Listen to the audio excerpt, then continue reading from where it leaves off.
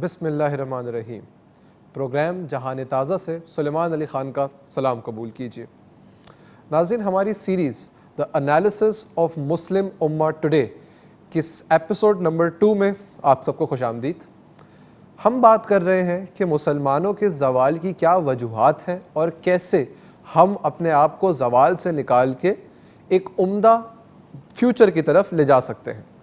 ہم نے previous episodes میں گفتگو کی کہ کس طریقے سے at an individual level character building is of utmost importance, اور کس طریقے سے ہم اپنے کردار کو بہتر بنا سکتے ہیں اور ایک ٹرو مسلم، ایک سچے مسلمان کی طرح دنیا کے آگے آ سکتے ہیں.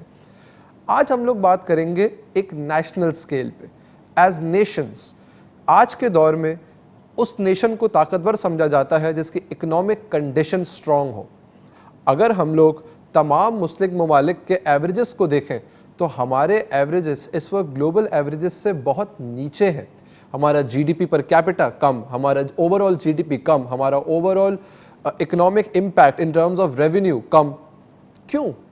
تو ہم اسی موضوع پہ آج کریں گے گفتگو. اسٹوڈیوز میں موجود ہے ہمارے ساتھ معروف اسکالر اینڈ ہمارے usual guest professor Kamran Ali Khan. السلام علیکم سر، تھینک یو سو مچ. وعلیکم السلام. سر، سوال بڑا بنیادی سا ہے، بڑا بیسک سا سوال ہے کہ کیا وجوہات ہیں کہ ونس اے ہیوج ایمپائر، مطلب بڑے بڑے ایمپررز ہمارے گزرے، ہمارا مغل ایمپائر بہت بڑا مسلمانوں کا، ہمارا جو آٹومین ایمپائر ہے وہ بہت بڑا، امیاد ایمپائر بہت بڑا، 700 سال رول کیا ہے ہم نے دنیا پہ اور ایک بڑی اکنامک پراسپیرٹی دیکھی ہے. آج کے مسلمان امت کیوں پراسپیرٹی نہیں دیکھ پا رہی؟ وہ کیا وجوہات ہیں اور کیسے ہم ان کو ٹھیک کر سکتے ہیں؟ Again a very important point which you have raised.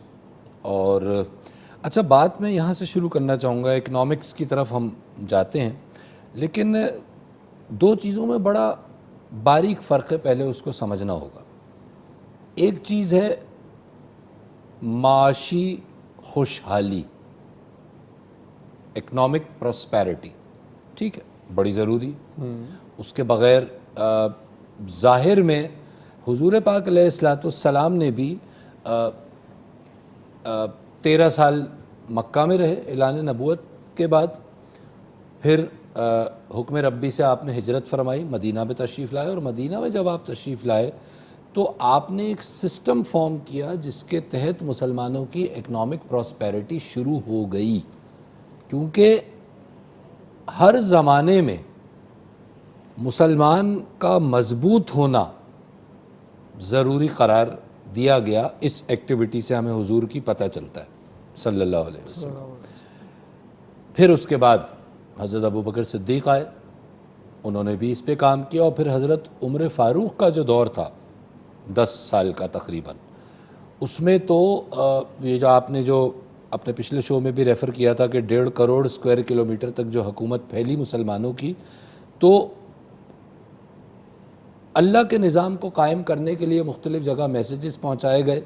جنہوں نے مانا وہ بغیر جنگ کے، اور جنہوں نے نہیں مانا تو پھر وہاں جہاد کیا گیا، اور اللہ کے نظام کو قائم کرنے کے لیے سلطنت کو پھیلایا گیا. اکنامک پراسپیرٹی اچیو کی گئی اور مسلمان اپنے پیر پہ کھڑے ہو گئے. اور ایک بہت ہی قلیل وقت میں ہسٹری گواہ ہے کہ کسی قوم نے اتنے قلیل وقت میں اتنے بڑے خطے پر حکومت نہیں کی اور اس طرح ترقی نہیں کی. تو economic prosperity was one of the کی کنسرنس. لیکن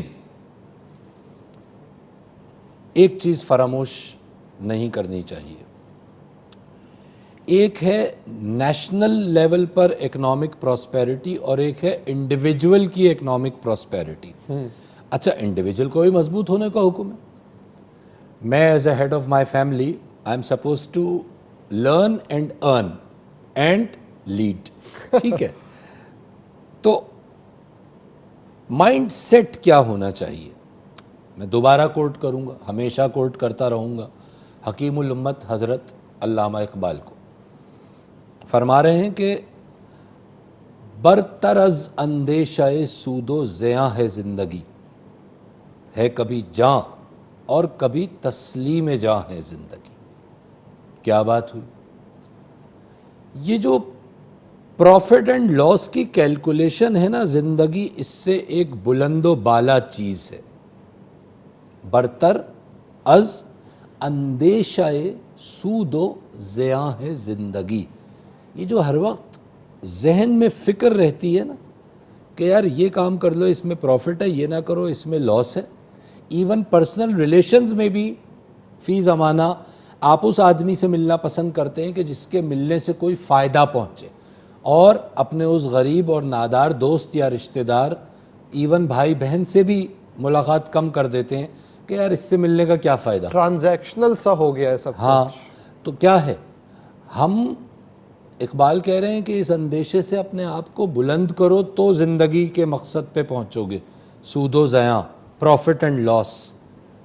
اگر اس کیلکولیشن میں مسلمان پڑا رہے گا جو پڑا ہوا ہے تو اس سے اکنامک پراسپیرٹی نہیں آئے گی. پروفٹ اور لاس کی calculation is not economic prosperity, بلکہ ہوگا کیا کہ یہ وقت کے ساتھ آپ کے ویژن کو چھوٹا کرتے کرتے کرتے اتنا محدود کر دے گی کہ نہ اکنامک پراسپیرٹی انڈیویجول لیول پہ اچیو ہوگی، نہ سوسائٹی کے لیول پر اچیو ہوگی، نہ نیشن کے لیول پہ اچیو ہوگی. اور ظاہر ہے اس کا امپیکٹ یہ ہوگا کہ آپ گلوبلی بھی لیسٹ اکنامکلی پراسپرس قوم اور امت بن جائیں گے، جیسے ابھی بن چکے ہیں. ایگزیکٹلی مسلمانوں کے ساتھ یہی ہوا. گریٹر کاز اور گریٹر گڈ کو جب آپ نے نگلیکٹ کرنا شروع کیا، آپ نے لوگوں کی فلاح و بہبود کو اپنے ذاتی مفاد پر ترجیح دینا شروع کر دی. اور یہ ہوا کب؟ مسلمانوں کی گولڈن ایجز تھی، اور سب نے یہ نام سنے، خلیفہ ہارون رشید، ٹھیک ہے، اس کے بعد مامون رشید، ٹھیک ہے. اب یہ وہ وقت آ رہا تھا کہ جب مسلمان آہستہ آہستہ یہ جو خلافت ملوکیت میں تبدیل ہو رہی تھی اور بادشاہی نظام جگہ لے رہا تھا.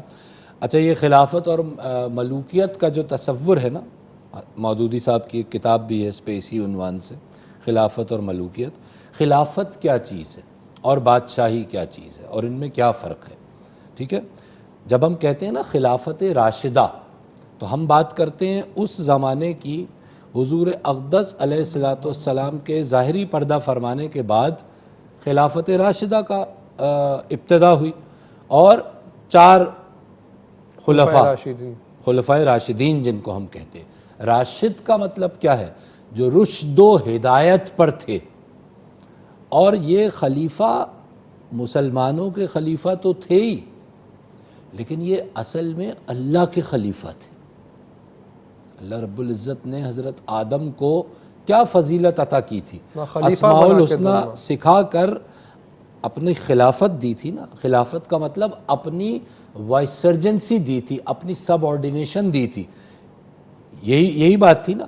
یہ جو خلیفہ تھے 4، یہ اللہ کے خلیفہ تھے. یہ اللہ کے نظام کو دنیا پہ نافذ کرنے کو اپنی ڈیوٹی سمجھتے تھے. اور وہ مشہور واقعہ کہ جب حضرت عمر فاروق بیت المال میں موجود تھے اور ایک شخص رات میں ان کے پاس آیا جو اپنے کسی ذاتی کام سے آیا تھا اور ان کا ذاتی دوست تھا، تو آپ نے چراغ گل کر دیا. اس نے کہا جی آپ نے روشنی کیوں بجھا دی؟ تو انہوں نے فرمایا کہ یہ جو چراغ ہے اور اس میں جو تیل جل رہا ہے یہ سلطنت کے پیسے سے جل رہا ہے، اور تم آئے ہو میرے ساتھ دوستی کے ناطے کسی ذاتی کام سے، تو اس وقت یہ تیل کا ضیاع میں برداشت نہیں کر سکتا. آپ غور تو کیجئے، یہ باتیں ہم بچپن سے سنتے آ رہے ہیں لیکن ان کی روح ہمیں نہیں سمجھ آئی، یا سمجھائی نہیں گئی، یا ہم نے ایفرٹ ہی نہیں کیا سمجھنے کے لیے. تو بھائی یہ جو تیل اتنا سا بچایا، اللہ کے خلیفہ، اللہ کا نظام، اپنا کچھ نہیں، 2 قمیضوں میں زندگی گزار رہے ہیں. یہ سارے آدھی واقعات دنیا پہ حکومت ہے اور آدھی دنیا پہ حکومت ہے. بریک لے لیجئے آپ میرے خیال میں. Viewers, economic prosperity is important, لیکن جس طریقے سے ابھی بتایا گیا کہ پروفٹ اینڈ لاس سے باہر آنا ہے، اس کا مطلب کیا ہے؟ اس کا یہ مطلب نہیں ہے کہ ہم لوگ نفع چھوڑتے ہیں اور صرف نقصان کی طرف گامزن ہو جائیں. اس کا مطلب یہ ہے کہ ہم لوگوں کو ایٹ این انڈیویجول لیول یہ سمجھنا ہے کہ کیا چیز is for the greater good. ہمیں پینی وائز اور پاؤنڈ فولش نہیں بننا ہے، ہم نے اپنے ویژن کو ایکسپینڈ کرنا ہے. ویژنری کنٹریز جو ہوتی ہیں وہ آگے جاتی ہیں. ہم لوگ بڑے فخر سے یہ کہتے ہیں کہ پاکستانی تو کچھ بھی کر سکتے ہیں, ہم لوگ جگاڑ جس کو ہم لوگ استعمال کرتے ہیں یہ ورڈ کو, کہ اس میں بہت ایکسپرٹ ہیں, ہم لوگوں کو ہم کسی بھی کنڈیشن میں سروائیو کر سکتے ہیں. That is not the case. You need to be visionary. آپ کو اپنے ویژن کو ایکسپینڈ کرنا ہے, اور اسی کے بارے میں ہم بات کریں گے ایک چھوٹے سے بریک کے بعد. So stay tuned.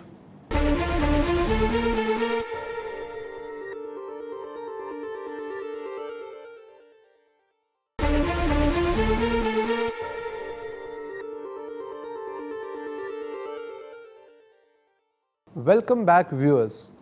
تو ابھی ہم لوگ سر گفتگو کر رہے تھے ویژن کی. تو یہ ویژن ہے کیا؟ What is vision? حضرت اقبال دوبارہ فرما رہے ہیں, نگاہ بلند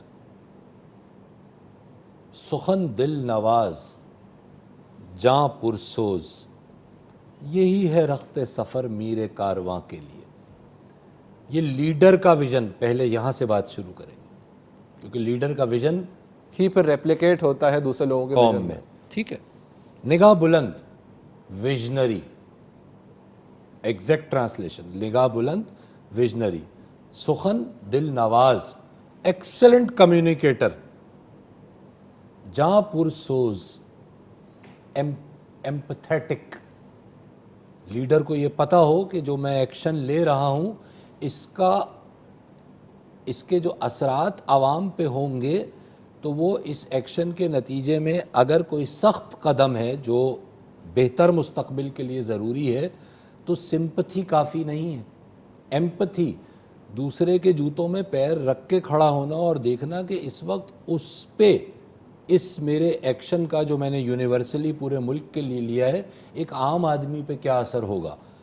ٹھیک ہے, یہی ہے رخت سفر میر کارواں کے لیے. میر کارواں کون ہے؟ لیڈر. نگاہ بلند سخن دل نواز جاں پرسوز, یہی ہے رخت سفر میر کارواں کے لیے. ویژن, ویژن کے بعد اس ویژن کی پراپر کمیونیکیشن, تاکہ سب کو پتہ چلے کہ یہ وہ ویژن امپلیمنٹ کرنے کے لیے کیا ہو رہا ہے. جاں پرسوز, اور پھر لوگوں کی تکلیف کو اپنی تکلیف سمجھنا, برتنا. کہنا بہت آسان ہے. ہاں, 10 ارب روپے کے محل میں اگر آپ بیٹھے ہوئے ہیں اور ناشتہ آپ 2.5 گھنٹے کا کرتے ہیں, جس میں سری پائے اور قیمے بھرے پراٹھے سے لے کر کیا کچھ کھایا جاتا ہے, یہ ہمارے گزشتہ لیڈران کے اطوار رہے ہیں, تو معذرت کے ساتھ جاں پرسوز تو چھوڑیں, پھر جاں ہی جاں ہوگی صرف. ٹھیک ہے نا, پرسوز نہیں رہے گی. تو کیا وجہ تھی کہ بھائی حضرت ابو بکر صدیق, حضرت عمر فاروق, حضرت عثمان غنی, حضرت علی کرم اللہ وجہ لیڈرز تھے نا یہ, کیا وجہ تھی؟ اور دیگر صحابہ کرام جو خلیفہ نہیں بھی تھے, ان کی زندگیاں جب ہم اٹھا کے دیکھتے ہیں تو عموماً ایک ہی چیز نظر آتی ہے ان کی جو پرسنل لائف ہے اس میں, 2 یا 3 کپڑے, روکھی سوکھی روٹی کھانا. یہ کوئی نہ سمجھے کہ یہ بہت غریب لوگ تھے. نو بھائی, یہ خلیفہ ہیں, ان کو تو کوئی حکومت سے سیلری تو ملتی ہوگی نا. بالکل. روکھی سوکھی روٹی کھانے کی انہیں ضرورت نہیں تھی, ایک نارمل کھانا تو وہ کھا ہی سکتے تھے. کیا وجہ تھی؟ اس لیے کہ اگر جاں پرسوز رکھنی ہے تو آپ نے اپنے آپ کو اپنے غریب ترین عوام کی حالت پہ کم از کم رکھنا ہے, یا اس سے بھی کم تر, تاکہ آپ کو اس بھوک کا احساس رہ سکے, اور آپ کے فیصلہ کرتے وقت آپ کے بھرے ہوئے پیٹ, آپ کے اربوں روپے کے محلات, آپ کی کروڑوں روپے کی گاڑیاں یعنی سواریاں, یہ سب کرتی کیا ہیں؟ یہ آپ کو اپنے اطراف سے ڈسکنیکٹ کر دیتی ہیں یہ چیزیں. لیڈر کی بات ہو رہی ہے اس وقت.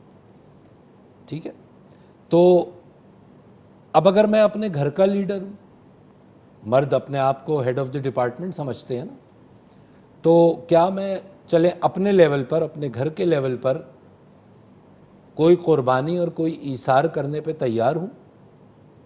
میری نگاہ بلند ہے، میں غور کر رہا ہوں کہ میرے گھر کے کیا حالات ہیں، اور اس میں مجھے رات میں روز 1,500 روپے کا کھانا ٹیک اوے منگوانا چاہیے یا نہیں منگوانا چاہیے، کیونکہ میرا پیٹ اتنا میں نے براڈ کر لیا ہے کہ اب اتنی غذا کے بغیر میرا گزارا ہی نہیں ہے۔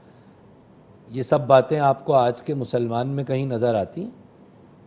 بالکل بھی نہیں۔ نہ لیڈر میں، اور وہ لیڈر صرف سیاسی لیڈر نہیں ہے، ٹھیک ہے، حکومتی لیڈران، بیوروکریسی، ملٹری، تمام جتنے لوگ ہیں۔ اچھا، انڈیویجولی بھی، اور آپ نے بات individuals- کی گھر کے اندر لیڈر، سب سے بڑا لیڈر انسان اپنے آپ کا خود ہوتا ہے۔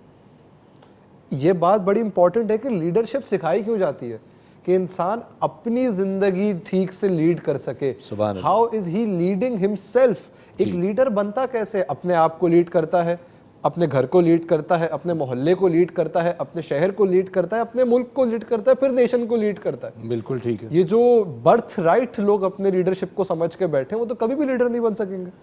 تو بات یہی ہے کہ ہم مسلمانوں کے زوال کی بات کر رہے ہیں نا، فی زمانہ اس وقت جو صورتحال مسلمانوں کی نظر آ رہی ہے، چیزوں کو جب تک آپ جنرلی ہم کہیں گے نہیں جی مسلمانوں کی بہت خراب صورتحال ہے، ٹھیک ہے جی، دعا کرتے ہیں۔ دیکھیے، دعا بہت اہم چیز ہے، دعا تقدیر بدل دیتی ہے، حدیث پاک علیہ الصلوۃ والسلام، ٹھیک ہے، لیکن یقین حکم عمل پہ ہم، یہ عمل کہاں بیچ میں سے غائب ہو گیا۔ مجھے ایک بات بتائیے، میں نے ایک آدھ بار یہ بات پہلے بھی کی ہے مختلف میڈیا پہ، کیا حضور پاک علیہ الصلوۃ والسلام سے زیادہ مؤثر دعا کسی کی ہو سکتی تھی؟ بے شک کسی کی بھی نہیں۔ تو کیا ضرورت تھی آپ کو 23 سال شدید جد و جہد کرنے کی اعلان نبوت کے بعد؟ آپ دعا کرتے، اللہ کی مدد آتی، کفار نیست و نابود ہو جاتے، بات ہی ختم۔ کہ کرنا نہیں تھا۔ اور کر کے کیا دکھایا؟ کنٹینیوس سٹرگل، جہاد، غزوات، پیٹ پہ پتھر باندھ رہے ہیں شیب ابی طالب میں، چمڑا ابال کے تناول فرما رہے ہیں آپ اور آپ کے صحابہ کرام۔ کیا دکھانا چاہ رہے ہیں؟ آپ دعا فرماتے۔ طائف کا واقعہ سب کے سامنے، طائف آپ کیوں تشریف لے کے گئے تھے؟ وہاں کے سرداران کو اپنا حامی بنانے کے لیے آپ دعا فرماتے، سارے سردار حامی بن جاتے، اس میں کوئی بحث نہیں ہے کہ یہ ہو سکتا تھا۔ ان کی دعا، وہ دانائے سبل ختم الرسل مولائے کل، جس نے کی جگہ میں جنہوں نے کہہ رہا ہوں، غبار راہ کو بخشا فروغ وادی سینہ، نگاہ عشق و مستی میں وہی اول وہی آخر وہی قرآن وہی فرقان وہی یاسین وہی طٰہٰ۔ دعا نہیں فرما رہے، عمل کیے چلے جا رہے ہیں، غزوات کر رہے ہیں۔ غزوہ بدر کے اندر مسلمانوں کے پاس سامان حرب نہیں تھا، اسلحہ نہیں تھا، درخت کی ٹہنیاں کاٹ کے ان کو چھیل کر نیزے بنائے، 3 گھوڑے تھے، 6 اونٹ تھے، اس قسم کے فگرز ہیں۔ حکمت کیا ہے اس پوری بات کی؟ یہ عالم ناسوت ہے، یہ منڈین ورلڈ ہے، یہاں کے جو تقاضے ہیں وہ پورے کرنے ہیں۔ اس کے بعد جب اپنی پوری جستجو، اپنی پوری سٹرائیو، اپنی پوری سٹرگل کر چکے ہوں، تو پھر سر بسجود ہو کے دعا کرنی ہے کہ یا اللہ، جو میری بساط تھی اس کے تحت آپ ہی کی عطا سے میں جو کچھ کر سکتا تھا میں نے کیا، میں آپ کا عاجز بندہ اب آپ کی نصرت کا طالب ہوں، آپ کی مدد کا طالب ہوں۔ تو پھر آئے گی مدد، پھر آئیں گے 1000 فرشتے نشان زدہ، پھر ہوگی مدد۔ فی زمانہ مسلمان صرف دعا پہ اکتفا کر رہے ہیں، پوری سنت مطہرہ عمل کی متقاضی نظر آتی ہے، عمل پہم نظر آتا ہے، اس کے بعد دعا کا رول نظر آتا ہے۔ یہ میں امت کے طور پہ، یہ میں نیشن کی بات کر رہا ہوں۔ انڈیویجولی تو کوئی آپ کے پاس آیا، آپ نے لعاب دہن لگایا تو آنکھیں ٹھیک ہو گئیں، حضرت علی کرم اللہ وجہہ کی خیبر کے غزوے میں، وہ ایک الگ معاملہ ہے، وہ پرسنل ریلیشن شپ ہے، وہ پرسنل، لیکن پوری امت کے لیے سٹرگل کا حکم ہے۔ اسٹرگل کو آپ نے ہاتھ سے جانے دیا, آپ نے توکل کے غلط معنی تصور کر لیے کہ توکل کا مطلب ہے کہ انتظار کرو. آپ کو آج اسکالرز بتا رہے ہیں کہ صرف 7 مہینے 8 مہینے رہ گئے ہیں امام مہدی کے آنے میں, لہٰذا اطمینان سے بیٹھے رہو, کچھ نہیں کرو, وہ آئیں گے تو خود ہی کچھ کریں گے. ابھی ہم آپ کو بتاتے ہیں کہ جب وہ آئیں گے تو ہوگا کیا. ویورز, ایک چھوٹی سی بات کروں گا بریک سے پہلے کہ تن آسانی میں مچھلی مر بھی سکتی ہے گہرے پانی میں. کیا ہم وہ ایفرٹ کر رہے ہیں جو دعا کے قبول ہونے سے پہلے کرنا ہوتا ہے, جو دعا کی افادیت بڑھانے کے لیے ہوتا ہے؟ کیا ہم وہ پرسسٹنٹ ایفرٹ کر رہے ہیں جس سے ہم دنیا کے سٹیج پہ نمایاں ہو سکیں, یا ہم صرف ہاتھ پہ ہاتھ ڈالے بیٹھے ہیں اور بہت ہی چھوٹے سے ویژن کے ساتھ؟ آپ جب تک اس بات پہ سوچئے, ہم لیتے ہیں ایک چھوٹا سا بریک.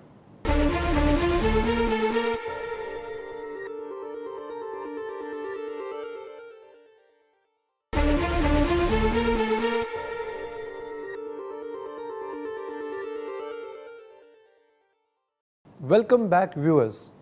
تو سر بات ہو رہی تھی دعا کی, دعا کے قبول نہ ہونے کی اور ایفرٹ کی, لیکن ہم تو صاحب ایمان ہیں, ہم تو مسلمان ہیں, ہمارا تو ایمان ہے دعا پہ اور اس کے قبول ہونے پہ. تو یہ تو ایک کانٹرڈکٹری بات ہو گئی. دیکھیے, پہلی بات تو یہ کہ ایمان کہتے کس کو ہیں. ایمان کا جو روٹ ہے نا وہ الف میم نون امن ہے. ایک شخص اگر اپنے اندر امن کی کیفیت میں ہے تو وہ صاحب ایمان ہوگا. اب باہر کا امن تو سمجھ آتا ہے, یہ اندر کا امن کیا ہوا, اندر کیا مطلب امن ہونا چاہیے. جس سچویشن میں میں زندہ ہوں اس سچویشن میں اپنے آپ کو اس باہر کی سچویشن سے متاثر نہ ہونے دوں. اس کا یہ مطلب نہیں کہ اگر میں ایک بری صورتحال میں ہوں تو میں اس کو بہتر کرنے کی کوشش نہ کروں, لیکن اگر میری صورتحال جنرلی اسپیکنگ فائنینشلی ویک ہوں, چلے میں آسان بات کریں, تو میں اپنا پورا ایفرٹ کروں, میں 2 نوکریاں کروں, میں اپنے روزگار کے وسائل بڑھانے کی کوشش کروں, لیکن جو میری کرنٹ صورتحال ہے اس میں مجھے دل گرفتہ نہیں ہونا, اس پہ مجھے پریشان نہیں ہونا, اس پہ مجھے واویلا نہیں مچانا, اس پہ مجھے اللہ کی ناشکری نہیں کرنی, شکر ادا کرنا ہے. کیونکہ اگر ہر شخص دیکھے جو فائنینشلی پریشر, آج کی دنیا کے لوگ پرابلم ایک فائنینشیل پریشر ہے نا سب سے بڑی, کہ مسائل زیادہ ہیں اور وسائل کم ہیں. تو بات یہ ہے کہ وسائل کی بہتری کرنے میں کوئی حرج نہیں ہے, دین اس کی اجازت بھی دیتا ہے بلکہ حکم دیتا ہے, لیکن اس کے ساتھ ساتھ جس سچویشن میں آپ ہیں اس میں اللہ کا شکر ادا کرنے کی بڑی اہمیت ہے. کیونکہ شکر آپ کے ایمان کو جلا بخشتا ہے, آپ کے اندر کی امن کی کیفیت کو مستحکم کرتا ہے, and you become physically, emotionally, psychologically and spiritually more strengthened and more capable, کہ آپ اپنے اطراف کے حالات کو اپنی محنت سے, اپنی جد و جہد سے, اپنے ایفرٹ سے تبدیل کریں. ایک آدمی ڈپریشن میں, ڈپریشن کی گولیاں کھاتا ہے, اسٹریس کا شکار ہے, وہ ہر وقت یہی سوچتا رہتا ہے کہ میرا ہوگا کیا, اور پھر وہ دعویٰ ایمان کا بھی کر رہا ہے. سر بات آپ کی یہاں پہ بالکل میچ کر جاتی ہے کہ ایمان اسٹرینتھ, ویکنس اور تھریٹ کا فرق سمجھتا ہے. سب سے پہلے انسان کو ویکنس وہ ہے جو میرے اندر ہے, جس کو میں خود ٹھیک کر سکتا ہوں, میں بااختیار ہوں اس کو ٹھیک کرنے کے لیے. ٹرو. اور تھریٹ وہ ہے جس کا میں کچھ کر ہی نہیں سکتا, وہ ایک ایکسٹرنیلٹی ہے جو باہر سے ہو رہا ہے. اب اگر باہر طوفان آیا ہوا ہے, پوری دنیا تباہ ہو رہی ہے, تو میں اس کا کچھ نہیں کر سکتا. میں اپنے گھر کو اسٹرانگ بنا سکتا ہوں, میں باہر شاید کوئی ونڈ اسکرین لگا سکتا ہوں, یہ میری اختیار میں بات ہے. تو آپ ذرا اپنی پچھلی بات سے اس کو کنیکٹ کیجئے کہ حضور اقدس صلی اللہ علیہ وسلم کا ایبسولوٹ پرسسٹنس, اس ہارڈ شپ کو بیئر کرنے کی وجہ ایمان کی بلندی یہی تو ہے. یہی تو وہ ہمیں سکھانا چاہ رہے تھے کہ ایسے آپ بنتے ہیں صاحب ایمان. کہ اب جو اس وقت مسلمانوں کی ویکنیسز تھیں, جو اس وقت ان کے پاس ویپنز کا نہ ہونا, تو درخت سے جو کلوزسٹ چیز اویلیبل تھی, درخت توڑ کے اس کی ٹہنی سے نیزہ بنا لیا. جب کھانے کو کچھ نہ مل سکا تو اس وقت چمڑا ابال کے نوش فرمایا. تو بات کیا ہو رہی ہے یہاں پہ؟ بات یہ ہو رہی ہے کہ اس وقت کی کرنٹ ویکنیسز کو اپنے پورے ایفرٹ کے ساتھ پورا کیا, اور جو تھریٹس تھے اس سے گھبرائے نہیں, جو باہر سے ایکسٹرنیلٹیز آ گئیں.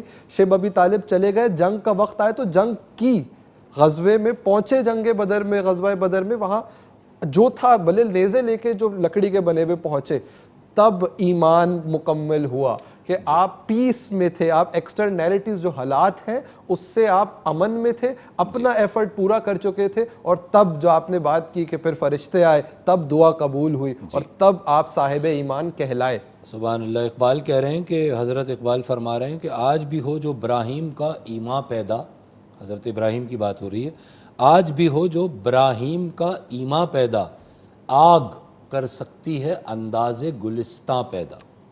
صورت کیا ایمان تھا حضرت ابراہیم کا جس کی بات ہو رہی ہے کہ اگر آج وہ پیدا ہو جائے.